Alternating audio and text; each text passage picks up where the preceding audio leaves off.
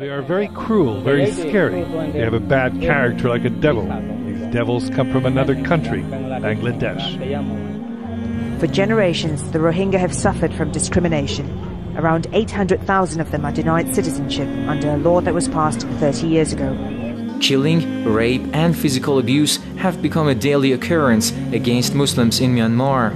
According to a group of UK-based NGOs, 650 people have been killed in clashes and 1,200 others have gone missing.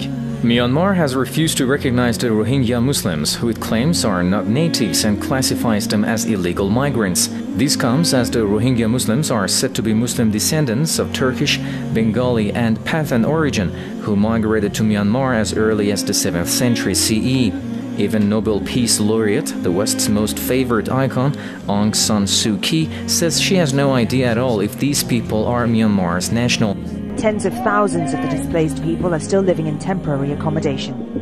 The Rohingya, who are mostly Muslims, live in tent shelters set up outside of town. They survive on food rations given by aid groups. This is all that's left of a village where two ethnic groups, the Rakhine and Rohingya, used to live. There's no reason for anyone to be here now. Homes were allowed to burn to the ground, and the villagers have long fled.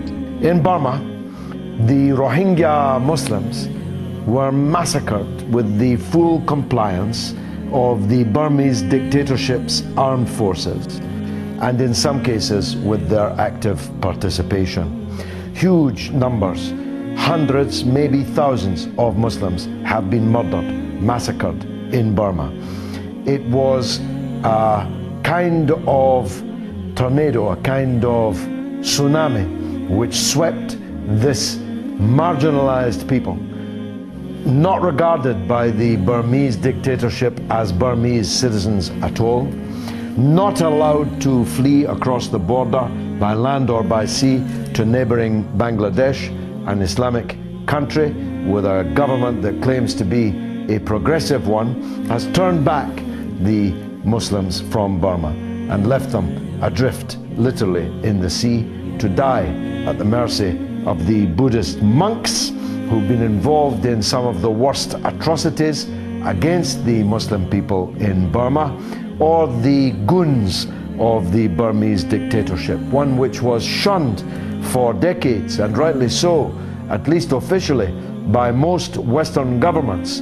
But now, thanks to Burma's natural resources and the great treasure trove, this great virgin territory which may now be opening up for Western companies and governments, the West wants to stick in with the Burmese dictatorship. They want to be on good terms with them. And so they haven't said one word, not one word from William Hague or any of these other monkeys about this series of atrocities which is continuing until now, until this minute, against the Muslim people in Burma. So much so obvious. But where's the Muslim countries? Where's this ummah that we talk about?